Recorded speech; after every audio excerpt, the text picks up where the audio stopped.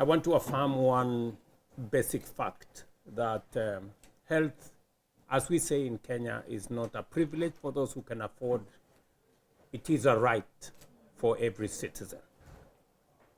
Rights, however, matter not when they are proclaimed on paper or in theory, but when they are realized in practice. This is why Kenya places people, communities, and their voices in the very heart of health governance. Distinguished delegates, social participation is the bridge that connects policy to people. It ensures that communities not only benefit from health services, but also help shape the decisions that govern them. It is in this spirit that Kenya strongly supports the World Health Assembly resolution on social participation and social connection in 2025, which we view as vital instruments of transformational governance and inclusive development. When communities participate in health decisions, three things happen. First, policy becomes responsive to real needs rather than remote directives. Second, accountability and transparency flourish as citizens can follow and track how resources are used. And three, health systems grow stronger and more resilient, trusted by the very people they serve, especially the most vulnerable.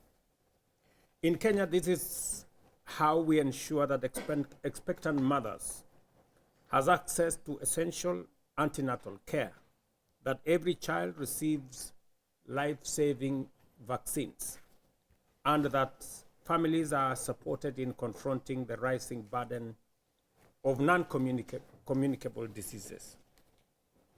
Ladies and gentlemen, Kenya's commitment to social participation is firmly anchored in both law and policy. Our constitution guarantees the right to the highest attainable standard of health on one hand, and the right of citizens to participate in governance. Both are constitutional imperatives.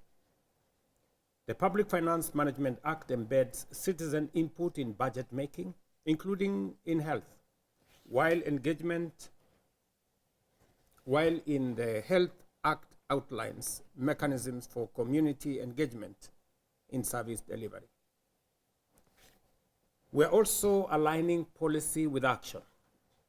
We recently enacted 4 transformative laws to drive universal health coverage reforms. And why I say we had to change the whole architecture around law to be able to make health much more responsive. The old law had no place for people.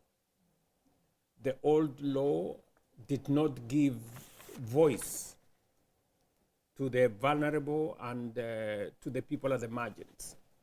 And that is why we had to change the legal framework completely